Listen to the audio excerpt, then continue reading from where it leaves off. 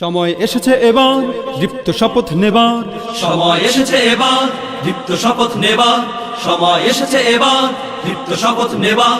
বিপন্ন মানবতা ইসলাম স্বাধীনতা, বিপন্ন মানবতা ইসলাম স্বাধীনতা। তোমাকে ডাকছে জাগো, জাগো হে তরুণ জাগো, জাগো জাগো হে তরুণ জাগো, জাগো হে তরুণ জাগো, জাগো হে তরুণ জাগো। সময় এসেছে এবার দীপ্ত শপথ নেবার, সময় এসেছে এবার দীপ্ত শপথ নেবার। বিপন্ন মানবতা ইসলাম স্বাধীনতা। আলহামদুলিল্লাহিল্লাযী জাআলাশ শামসা ওয়াল কমারা বিহুসবান ওয়ান নাজমা ওয়াশ শাজারা ইয়াসজুদান وفضل زمانا على زمان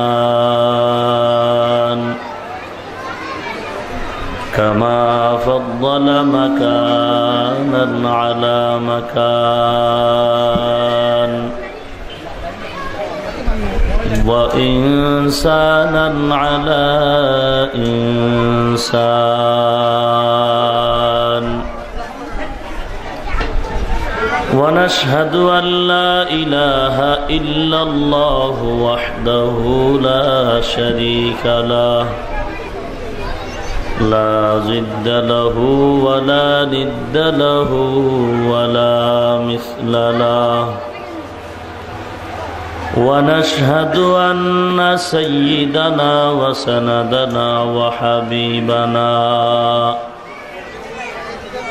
وحبيب ربنا وطبيبنا وطبيب قلوبنا ومولانا محمدا عبده ورسوله صلى الله تعالى عليه وعلى آله وأصحابه وبارك وسلم تسليما كثيرا كثيرا. الذي أرسله الله تعالى بالحق بشيرا ونذيرا وداعيا إلى الله بإذنه وسراجا منيرا. أما بعد فأعوذ بالله من الشيطان الرجيم. بسم الله الرحمن الرحيم. قل يا عبادي الذين أسرفوا على أنفسهم لا تقنطوا من رحمة الله إن الله يغفر الذنوب جميعا إنه هو الغفور الرحيم.